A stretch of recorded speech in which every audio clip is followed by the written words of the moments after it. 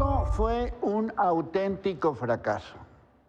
Ese es el resultado de la elección para el Poder Judicial.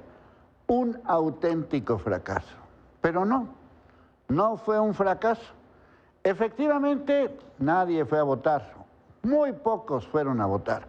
Y los pocos que fueron a votar, muchos de ellos acarreados, muchos de ellos con acordeones, muchos de ellos apuntando sin ton ni son. Nadie le entendió a este cotorreo y los poquísimos que se la creyeron de que esto era en serio, pues salieron con cara de, pues no entendí nada, pero yo le puse ahí este y lo que sea. Pero no fue un fracaso, a pesar de que nos gastamos millones y millones y millones de pesos en este cotorreo. Nada más tomen en cuenta el número de boletas, más de 600 millones de boletas. ¿A cuánto les gusta el cotorreo este? Nada más, digo, como un ejemplo. Más esto, más esto, más esto, más esto. Total, mucho dinero tirado a la basura. ¿Fracaso? No. Tampoco por eso fue un fracaso. Que no conozcamos ni siquiera quién ganó, tampoco es un fracaso. Pues sí, bueno, ¿y quién ganó? Pues quién sabe, porque no sabemos ni siquiera los nombres de todos estos que participaron, quién sabe cómo los metieron, y ve tú a saber. Hay candidatos que están en la cárcel, imagínate nada más del tamaño. Hay candidatos que están acusados, imagínate del tamaño. Pero no fue un fracaso. ¿Por qué no fue un fracaso? Porque justamente eso quería el gobierno. El gobierno no quería abrir esta elección, no quería que participaras, no quería que le entraras al cotorreo, no quería que fuera fácil, justamente porque ellos ya lo que quieren es acaparar el Poder Judicial. El Poder Ejecutivo, pues ya lo sabemos, por medio del voto. El Poder Legislativo, ya lo sabemos, por medio del voto. Nada más les faltaba el Poder Judicial, y como inventaron este cotorreo de la votación, porque dicen, México es el único país que escoge a todo su Poder Judicial. No, imagínate este numerito en el mundo, no nos la acabaríamos, pero absolutamente para nada. Justamente es lo que querían, acaparar todo, hacerlo a su gusto, hacerlo a su manera, provocar el desdén, señalar que no valía la pena votar, para así dominar el Poder Judicial.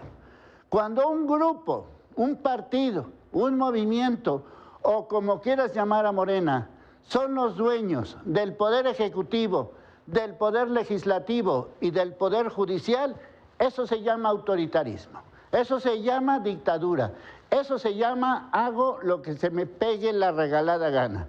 Los pocos que entendieron de lo que se trataba esto y fueron a votar, pues van a salir desilusionados. Los pocos que sabían que esto era una tranza, pues ya está hecha.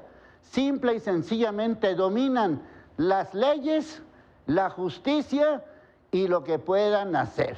Se llama, aquí mis chicharrones truenan y truenan a mi gusto. ¿Fue un fracaso?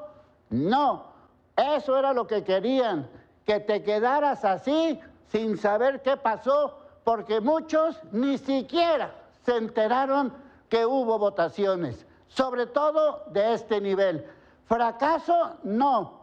Fracaso nosotros, que ya nos fregaron. Ahí les voy. 8 meses después.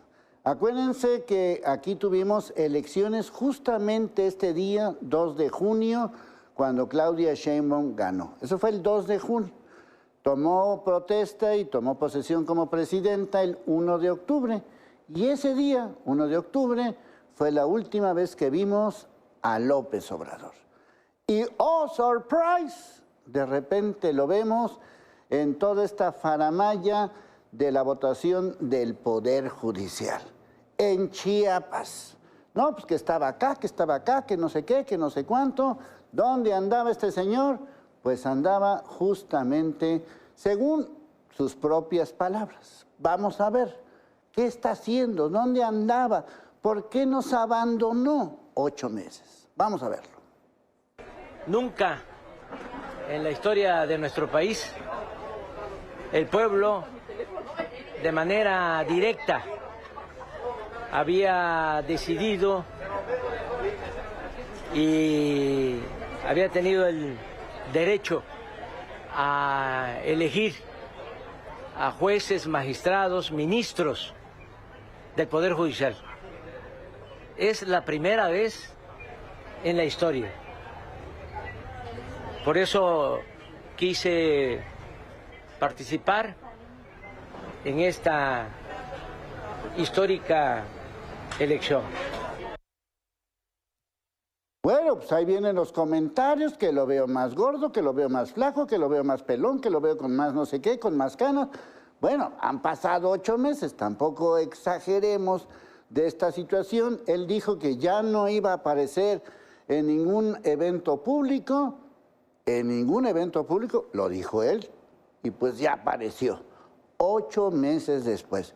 Por si alguien dudaba de quién está, quién mece la mano, que la cuna, que no sé qué rollo, vean nada más lo que dijo del actual gobierno. Vean nada más. Que me da mucho gusto vivir en un país libre y democrático. Y lo tercero, también compartir con ustedes una opinión, algo que confieso públicamente. Tenemos a la mejor presidenta del mundo, Claudia Sheinbaum. Lo repito, la mejor presidenta del mundo. Es la tercera vez que salgo de la quinta, porque estoy escribiendo, estoy haciendo algo que les va a gustar mucho sobre nuestra grandeza cultural. Bueno, ¿qué les parece la reaparición de López Obrador? El que había prometido ya no hablar más de política, pues habló de política. No sé cuál sea su referencia, no sé cuál sea su criterio de decir que Claudia Sheinbaum sea la mejor presidenta del mundo. Italia tiene una mujer en la presidencia, también Honduras, también Perú. Pues vamos a ver qué es lo que dicen los que viven en esos lugares. ¿Cuál es el parámetro? ¿Por crecimiento? ¿Por desarrollo? ¿Por violencia? ¿Por deuda? ¿Por mejorías? ¿Por obras? Pues ¿cuál es el criterio? Porque si el criterio es la popularidad, pues después de ver todo lo que pasó este domingo en las elecciones del Poder Judicial, pues ¿dónde está la popularidad? Porque yo lo que vi fueron vacías todas las urnas. Pero es importante porque a final de cuentas, López Obrador es el personaje que de alguna manera empezó a maquinar todo este tema relacionado con el Poder Judicial.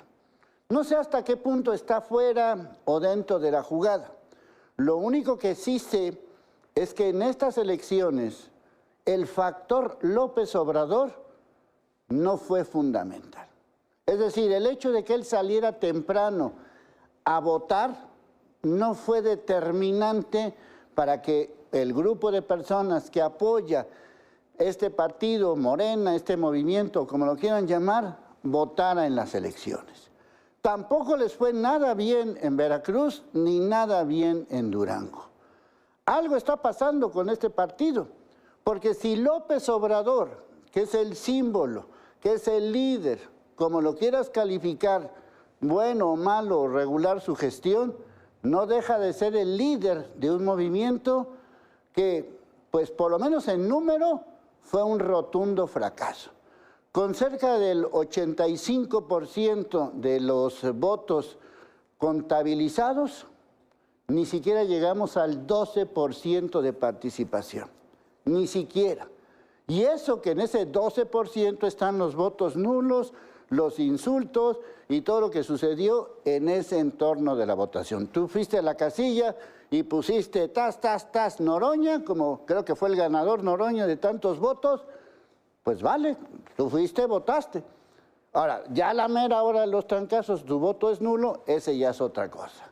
Así que, ojo, porque ni el factor López Obrador, ni el factor Morena, ni el factor únicas votaciones en la historia fue suficiente.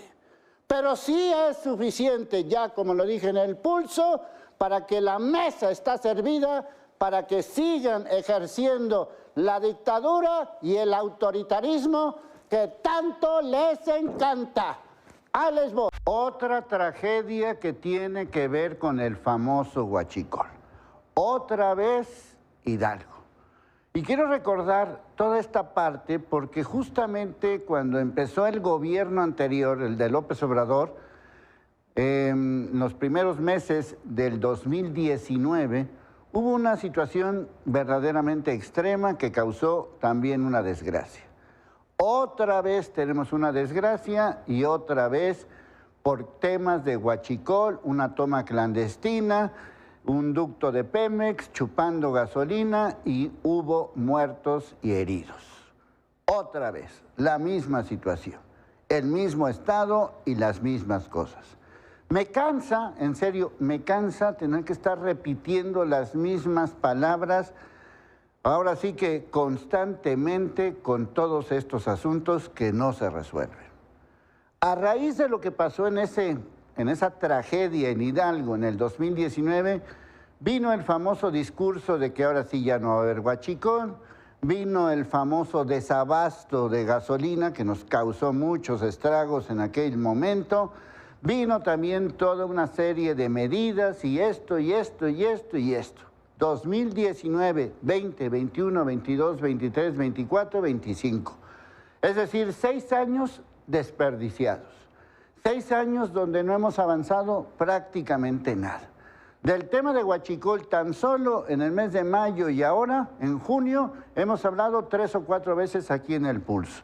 Acaban de descubrir todo un lote de gasolina clandestina en Tabasco, también de millones de litros. Bueno, ¿en qué momento este tema nos va a hacer entender que no hemos avanzado absolutamente nada? Ya los grupos criminales, los grupos que sí están organizados, hacen y deshacen a su antojo con este tema del huachicol. Junto con el fentanilo, junto con todos estos grupos que se pelean por acá y por allá, el tema del huachicol es uno de los más importantes. Pero parece que a nadie le importa. Ya en este caso particular estamos hablando de heridos y muertos. En este caso particular estamos hablando de otra desgracia. En este caso particular, otra vez las mismas escenas trágicas de una gran explosión. Explosión por huachicol. Lo mismo que vivimos y lo mismo que hemos estado viviendo en los últimos años. Conste que el tema del huachicol también se mencionó en otros gobiernos que tampoco hicieron absolutamente nada. Volvemos otra vez a las mismas historias, a los mismos reclamos, a los mismos gritos, a todo.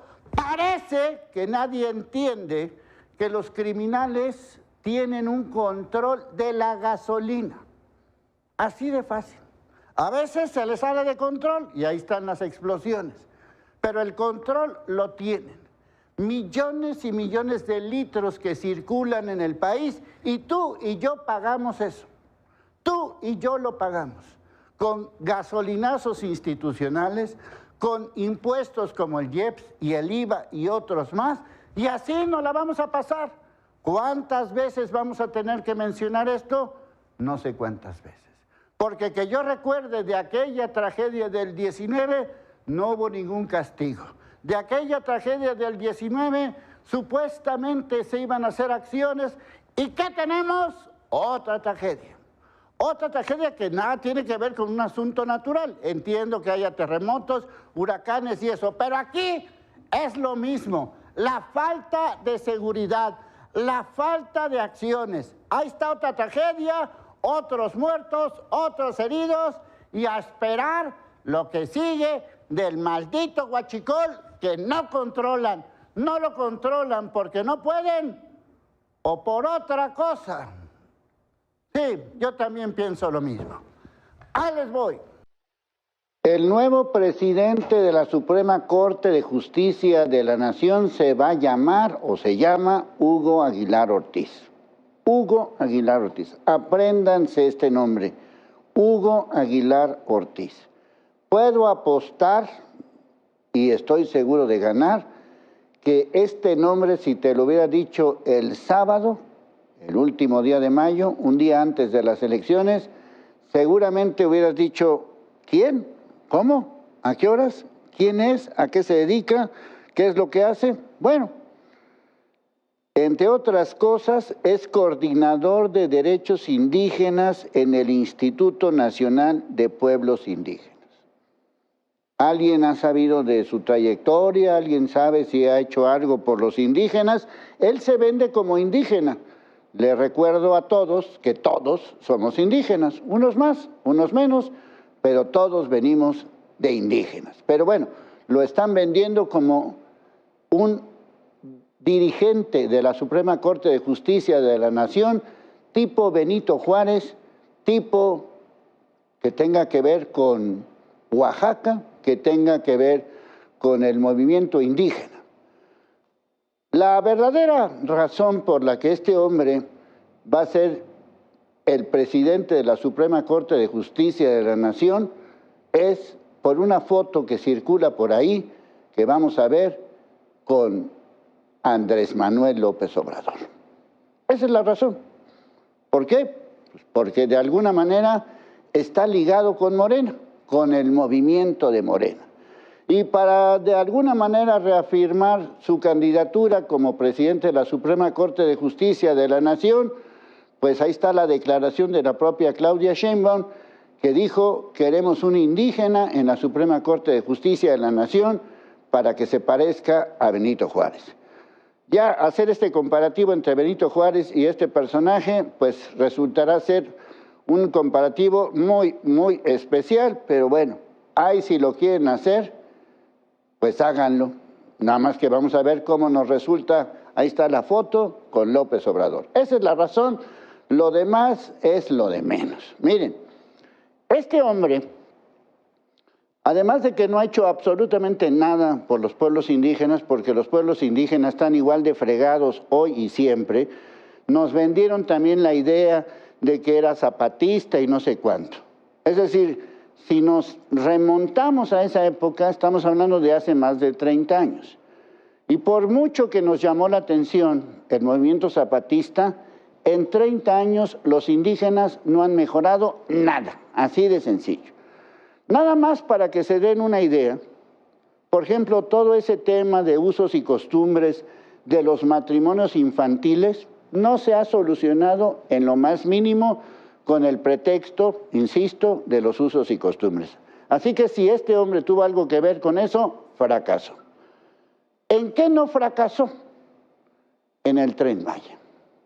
Él fue de los que trató de convencer y a final de cuentas, pues ahora sí que lo logró al estilo Morena, y digo al estilo Morena que es el mismo el estilo del PRI, es o aceptan, y si no aceptan, se friegan. El famoso Tren Maya y todo lo que tenía que ver con los pueblos indígenas que fueron afectados. También tuvo que ver con el tren transísmico, que del istmo de Tehuantepec, para no hacerme más bolas, que tampoco fue en beneficio de los indígenas. Pueden ver ustedes, si alguno se atreve a circular por el Tren Maya, vean cuáles son los beneficios para los pueblos indígenas. De una vez, les ahorro el viaje, ninguno. Así de sencillo. Por eso es que nos mintieron. Si nadie conocía a este personaje, ¿cómo es posible que 5 millones hayan votado por él? Bueno, ve tú a saber, ¿verdad? Ahí están los famosos acordeones, ahí están los acarreados y uno que otro convencido. Pero lo más grave no es eso. Lo más grave es que este hombre va a ser el encargado de la Suprema Corte de Justicia de la Nación con el 5% de los votos. Se los voy a poner más fácil para que me entiendan. 95% de los que fueron a votar no votaron por él. 5% de los votos. Con eso va a ganar un lanal, porque el encargado de la Suprema Corte de Justicia de la Nación gana muchísimo dinero, porque del tema de los salarios no se ha mencionado absolutamente nada. Con 5% puede ser el encargado de la justicia en México, con 5%. A final de cuentas, pues votó muy poca gente, menos del 13%. Para que me entiendan todavía mejor, hubo más votos nulos que los que votaron por este personaje. Más votos nulos. Si esos votos nulos le sumamos los otros votos que no son nulos, pero que de alguna manera salieron mal, pues entonces estamos hablando que nada más de esos votos nulos fue el 20%. Este señor ganó el 5%. 20% de votos nulos y votos no aceptados. Entonces, con eso van a hacer justicia, con eso se demuestra la democracia. Esto es legal, no sé si sea legítimo, pero es legal. Así se las gastan en Morena, ponen a quien quieran. Y todavía ya puso en la mesa de la discusión Claudia Sheinbaum cuando dijo, a mí me gustaría que fuera una mujer la encargada. Legalmente no puede ser una mujer porque es el que más votos obtiene, y en este caso fue este señor, Hugo. Pero no vaya a ser, como ya tienen el control del Poder Judicial, pues que vayan a hacer lo que se les pegue la gana. Entonces la opción 2 es Lenia Batres, la hermana de Martí Batres, el que ha sido un fracaso en todo lo que ha tocado y en todo lo que ha hecho. Ahí está lo del CENTE y el ISSSTE, que no lo ha resuelto. Y esta señora Lenia Batres, que actualmente trabaja en la Suprema Corte de Justicia de la Nación y que tiene una camionetota y que se vendió como la candidata del pueblo, la ministra del pueblo, no tiene nada de pueblo, como tampoco tiene nada de pueblo ese tal Hugo. Así que nos mintieron, nos volvieron a mentir, nos vieron la cara y los poquitos que votaron por estos personajes, ahí está. La justicia en manos del Poder Ejecutivo, del Poder Legislativo. Lo repito, lo he dicho varias veces y lo vuelvo a decir y mañana lo publico en Milenio. Esto se llama autoritarismo y se llama dictadura. Bueno, ya lo había anticipado desde el lunes que esto más que un fracaso, fue un fracaso anunciado, pero un fracaso que le conviene a Morena. Es decir, lo que menos le conviene a un partido que está en el poder es que la gente vaya a votar. ¿Por qué? Porque cuentan con su voto duro. El voto duro, a final de cuentas, es el que vale. Entonces, ¿qué hago? Pues desaliento la elección, hago lo posible por manejar todo lo que hay alrededor y bajo estas condiciones, pues entre menos voten, porque tengo seguro mi voto duro, entre menos voten, pues yo la llevo de gane. A final de cuentas, este fracaso, no fracaso porque, insisto, es un fracaso a propósito, nos lleva a lo que son los números, que como dicen en el béisbol, la frialdad de los números. Y la frialdad de los números nos dicen que votó a nivel nacional menos del 13%. Tanto dinero que se gastó en esta elección para que solamente el 13% votara.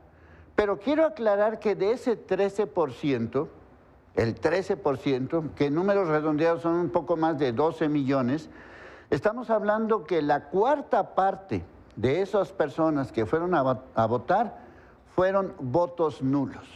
Para que lo entiendan de una manera más clara, hubo más votos nulos que votos para las personas que se van a quedar a cargo de la Suprema Corte de Justicia de la Nación, que ya lo comenté en el Pulso Nocturno. Pero el caso Jalisco, junto con Guanajuato, se reafirman como los estados con menos nivel de participación. Guanajuato ganó casi 7% y Jalisco quedó en segundo lugar como el estado con menos participación de votantes, con un pirris chiquitito, puntitos arriba de 7. Es decir, casi 7 Guanajuato y 7 y cachito Jalisco. ¿Esto qué significa?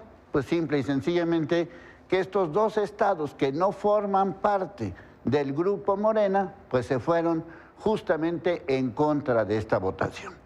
Miren, más allá de los resultados, más allá de los nombres y más allá de todo ese tipo de situaciones que son gravísimas, yo vuelvo a insistir, ya lo dije, pero lo vuelvo a insistir, esto es para tener el control de todo.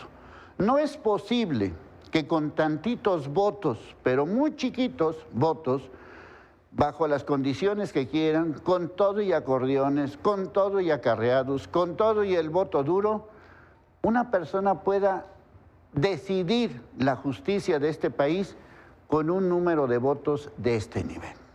No se ha hablado de la disminución de salarios, porque estos jueces, sobre todo los de la Suprema Corte de Justicia de la Nación, cobran un montonal de dinero. Es decir, les vamos a pagar muchísimo dinero para que prácticamente hagan lo que los otros hicieron. Tú califícalo, bueno o malo. Hagan de cuenta que esta es la tremenda corte de 3 patines. Y lo peor del caso es que van a influir absolutamente en todo. Todo tipo de decisiones van a influir. El tema tiene que ver con la democracia. Y como la gente votó, se le invitó a votar, y aunque votaran muy poquitos, ya con eso tratan de legitimar lo que hicieron. Es decir, el control absoluto. Y cuando digo control absoluto, se llama autoritarismo. Y cuando hablo de autoritarismo, se llama dictadura. La dictadura legal, la dictadura perfecta, la dictadura como sea. Solamente así de los votantes decidieron por todos. Y a los que se van a fregar es a todos. Lo vuelvo a decir, lo vuelvo a insistir, lo lograron. Lograron controlar el país a su antojo. Y eso es muy peligroso. Ahí les voy. Yesenia, de 4 meses de embarazo, fue asesinada. Y fue asesinada en algo que lo llaman daño colateral, confusión, veto a saber qué. La asesinaron elementos de la Guardia Nacional en Sinaloa. La situación es muy grave, porque estamos hablando de 2 personas, Néstor y de Yesenia. Y más grave cuando nos damos cuenta que Yesenia estaba embarazada. ¿Qué pasó? Pues hay varias versiones de confusión, de que una de las personas agredió a uno de los elementos de seguridad, de que estos elementos de la Guardia Nacional los bajaron del vehículo, los obligaron a hincarse y ahí los mataron. Ya la Fiscalía General de la República está investigando y esto y lo otro y lo de siempre. Es decir, volvemos otra vez a esas escenas grotescas de violencia. Cerca de, una 20, 30 personas se manifestaron afuera de las instalaciones de la Guardia Nacional y aseguran que se trató, de algo que es evidente, un abuso de poder. Confusión, daño colateral, ponle el nombre que quieras. Aquí estamos hablando de que Néstor, de 45 años, y Yesenia, de 25 años, embarazada, están muertos. ¿Bajo qué condiciones? ¿Quién va a aclarar todo este tipo de situaciones? Ya la fiscal de Sinaloa informó que el caso de esta pareja asesinada en este encuentro con la Guardia Nacional es investigado por la Fiscalía General de la República, pero volvemos otra vez al tema de la Guardia Nacional. ¿Cuántas veces hemos hablado del tema Guardia Nacional? ¿Cuántas veces tenemos que volver a hablar de la Guardia Nacional? Hace unos días, porque atraparon esto y los encontraron haciendo huachicol. Hace unos días, porque se enfrentaron. Pero que no se enfrenten con verdaderos delincuentes, porque ahí sí, mágicamente desaparecen. Mágicamente no pasa nada. Mágicamente no hay enfrentamientos. Mágicamente Ese es el tema. El tema es de qué sirve tener estos elementos de seguridad que son un montonal si no hemos visto resultados en todos estos años que han estado funcionando o por lo menos cobrando los de la Guardia Nacional. No hay un dato, un solo dato de que la Guardia Nacional haya intervenido en algún lugar de este país y que la delincuencia haya sido bajada. No hay un solo dato. Y no solamente es eso, no hay tampoco evidencia que la Guardia Nacional haya servido de algo durante todos estos años de funcionamiento o disque funcionamiento para asegurar que esto va bien. Porque no va bien, no va bien. Ese es el problema. Y aquí la consternación, el enojo, la indignación, el escándalo, ponle el título que quieras. Ahí está Néstor muerto, ahí está Yesenia asesinada, una mujer embarazada. Historias de esas, ¿cómo las calificamos? Historias de esas, ¿dónde se quedan? ¿Sabes dónde se quedan? Archivadas en el olvido, porque esta sociedad olvida fácilmente cómo elementos de seguridad asesinan a la población y a los criminales. Ahí sí, nada de nada. Ahí les voy. Otra vez, hijos, te lo juro que me prometí a mí mismo, ya por favor, no hables del imbécil de Noroña. Y ahí va otra vez el niño a hablar de Noroña. ¿Qué pasó ahora con este nefasto? Bueno, pleito en el Senado entre nuestro querido Ricardo Anaya y nuestro no querido Noroña. Imagínate los dos juntos, par de habladores, par de cínicos, par de nefastos, par de no sé qué. Bueno, lo peor del caso es que les pagamos por ser senadores y uno es presidente del Senado. Bueno, les pagamos. Si les pagáramos un peso a cada uno, sería dinero mal gastado. Miles y miles de pesos a este par de rufianes que forman parte nada más y nada menos que del Senado de la República. Contextualizando qué pasó, el tal Ricky Ricón, Ricardo Anaya, pues empezó a criticar la elección judicial. También me prometí ya no hablar de ese tema, pero ahí voy otra vez. Bueno, dijo que era una porquería, que era un mugrero, que era un fraude, que la gente no fue a votar, y de repente, en plena tribuna del Senado de la República, sale con la palabra mierda. Ya, la dije. Entra al quite el tal Noroña. Noroña. No creas que un personaje de esos que cuida el lenguaje. Noroña.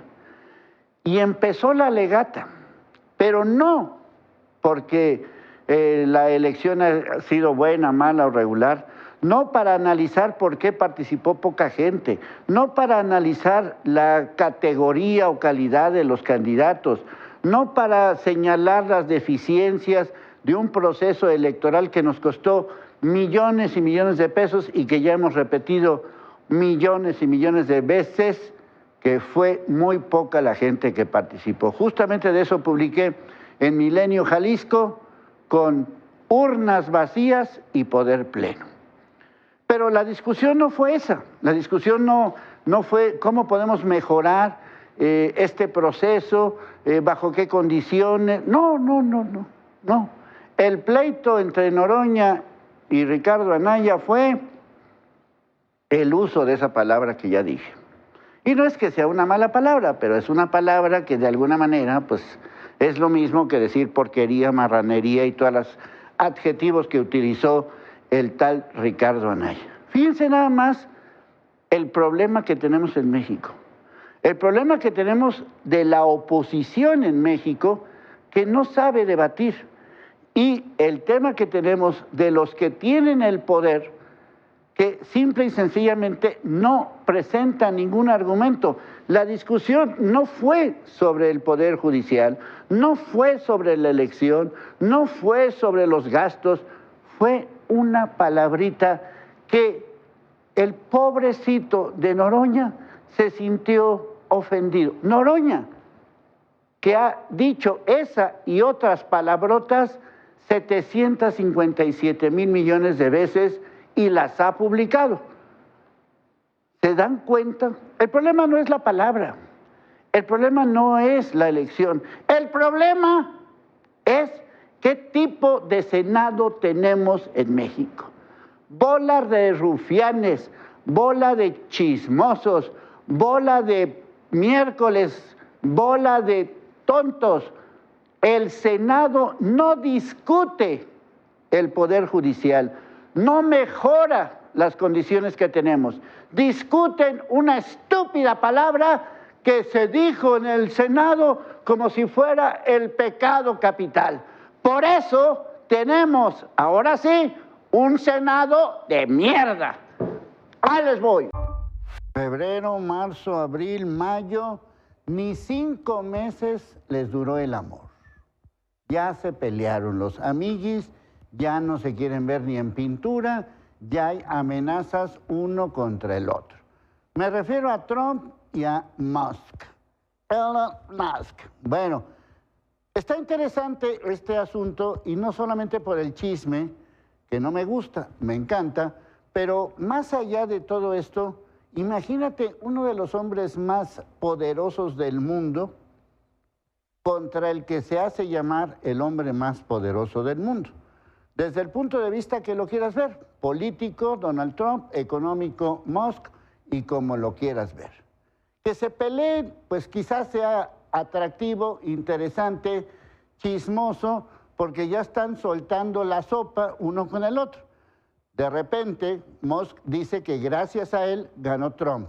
Y Trump amenaza con cortar cualquier relación comercial con este personaje, y este otro personaje amenaza con soltar la bomba de pues, las relaciones que tuvo Trump con Epstein y con otros temas muy escabrosos, muy duros, muy feos, y que tienen que ver con pedofilia, que tienen que ver con asuntos de trata de personas, etcétera, etcétera, etcétera. El problema no solamente es que ha habido un quiebre económico, por lo menos en lo que se refiere a las propiedades del tal Musk, que acuérdense que tiene que ver con Twitter, con naves espaciales, con el Cybertruck y todo ese tipo de rollos. El tema es, ¿cuál es la calidad moral que puede tener el presidente de Estados Unidos para que en menos de 5 meses haya hecho tantos cambios en su gabinete original con el que empezó aquel 20 de enero? ¿Cuál es la calidad moral que puede tener un personaje de este nivel que un día dice una cosa y otro día dice otra cosa? Es el auténtico chimoltrufio. Amenaza al mundo con sus malditos aranceles, luego se raja, luego los pone así, luego los pone acá, luego deshace y hace a su antojo. Y lo peor del caso es que la gente le hace caso. Lo peor del caso es que la economía mundial pues se alborota. Lo peor del caso es que él cree que es el hombre más poderoso del mundo. Nadie nombró a Trump, y mucho menos Estados Unidos, como el país número 1 del mundo, porque si a datos nos referimos, pues hay otros países en Asia, bueno, empezando con China y otros más, en Europa, algunos países, que superan a Estados Unidos en todo lo que quieran, en desarrollo, en cuestiones de seguridad, en todo lo que quieran y manden. Hay muchos países que están encima de Estados Unidos. Pero bueno, a final de cuentas es nuestro vecino y dependemos comercialmente de él y políticamente de eso. Por eso el pleito no es a quién le vas. No, pues a mí me cae mejor este, a mí me cae mejor el otro. Ya hasta amenazan con deportar a Elon Musk, que por cierto nació en Sudáfrica, y todo lo que quieran y manden. Yo a lo que me refiero es, el mundo pende del hilo de Estados Unidos, que los impuestos, que los de estos, que los lotros, que no sé qué, que no sé cuánto, y un presidente que se pelea con otro monito, por muy rico que sea, por muy poderoso que sea, por muy importante que sea, desequilibra el mundo. Es increíble que un pleito de barrio, que un pleito de lavadero, que un pleito de ese nivel tenga al mundo así, tambaleándose. Y no es cuestión de que este o el otro, o que arriba acá y abajo aquel. No. Yo lo que quiero decir es, no le hagamos caso a Trump. ¿Cuántas veces tengo que decir que el mundo no puede depender de un loco? Que el mundo no puede depender de los caprichos de un hombre que se levanta así, se la acuesta así, bipolar, loco o lo que quieras. Ahí está el pleito, ahí está el chisme y ahí estamos todos sucumbiendo con este par de locos. Ahí les voy. Este sábado 7 de junio se cumple el plazo que prometió el gobernador de Jalisco para pacificar Teocaltiche. Bueno, el propio coordinador de seguridad de Jalisco advirtió que la seguridad absoluta no existe. Es decir, se contradicen uno con el otro. El tema de Teocaltiche, más allá de cualquier otra situación, sigue siendo el mismo en el caso Jalisco. Es decir, el que la hace no la paga. Un dato que revela el nivel de impunidad de Jalisco, dicha por un especialista, es que la impunidad en Jalisco es de 99.12%. No es 100 porque de repente agarran a uno que otro. 99.12. 99.12. Bueno, pues recordemos qué ha pasado en Teocaltiche últimamente. Acuérdense que desaparecieron policías. ¿Sabemos algo de eso? No. ¿Mataron a policías? ¿Sabemos algo de eso? No. Además, mataron al comisario en funciones administrativas, saliendo de un evento deportivo. ¿Sabemos algo de eso? No. ¿Sabemos qué pasó con el secretario general de gobierno? No. Lo mataron. ¿Sabemos qué pasó con esta mujer enfermera que en su momento fue regidora y en su momento fue candidata de Movimiento Ciudadano para la presidencia municipal de Teocaltiche? Tampoco. Son 4 casos, 4 historias, pero podemos hablar de otras historias. La de un activista, justamente del tema Teocaltiche, que fue asesinado y que tampoco sabemos nada. Y también, pues, de 2 mujeres que fueron asesinadas, de las cuales no sabemos nada. Habría que preguntarle a la gente de Teocaltiche, ¿por qué? Porque hay una afectación económica, hay una afectación turística, hay una afectación de seguridad, y pese a que hay un montonal de patrullas de la Guardia Nacional, es decir, federales, estatales y municipales, hoy no se puede asegurar que haya seguridad en Teocaltiche. Así que hasta el momento, cuando nos pidieron paciencia, la paciencia sí la tenemos, pero la paciencia tiene un límite. ¿Hasta cuándo?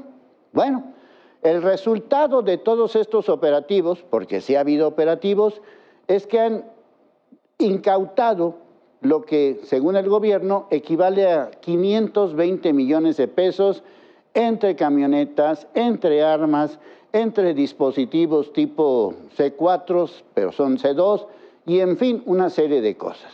Sí hay detenidos, pero hasta el momento de esos detenidos, el Camello, el Coyote y otros más, pues no sabemos hasta qué punto son líderes o formen parte de alguna célula delictiva. El caso es que es un municipio más. De los 125 que tiene Jalisco, es un municipio que ha sufrido, y según el propio coordinador de seguridad, seguirá sufriendo de inseguridad. El tema del plazo, pues es un tema de discusión. A final de cuentas, pues daba lo mismo decir 45 días, o 75 días, 85 días o 15 días. Ya sabíamos que ese plazo, pues aunque se cumpla, aunque haya buenas intenciones, aunque haya resultados con los operativos, ¿qué significa? ¿Cuánto tiempo más tenemos que esperar para que ya haya resultados? No solamente en Teocaltiche, sino en otros lugares de Jalisco. Ya sabemos que se gastó, se invirtió, o como lo quieras ver, millones de pesos en seguridad, en las famosas patrullas, las Cybertruck, las no sé qué, las no sé cuántas y las no sé cuántas. Pero hasta el momento seguimos exactamente igual. Seguimos sin saber exactamente qué pasó. Hay presuntos responsables, pero hasta el momento no hay una vinculación clara de proceso a algunos de estos involucrados. El tema sigue siendo el mismo. ¿Quién manda en Teocaltiche? Ya hay un nuevo encargado de seguridad. Hasta el momento, pues poco que contar, poco que decir. Y no es que nos alegremos, al contrario, estamos preocupados porque a final de cuentas, pese a los operativos, pese a la inversión, pese a programas sociales, pese a la atención, poco podemos dar como resultado. Lo que queremos es eso, resultados. Queremos que efectivamente el que la haga, la pague. No importa quién sea, no importa cómo sea. Eso es lo que queremos en Jalisco. No es cuestión de días, es cuestión de ya, de una vez por todas, tener resultados. Ahí les voy.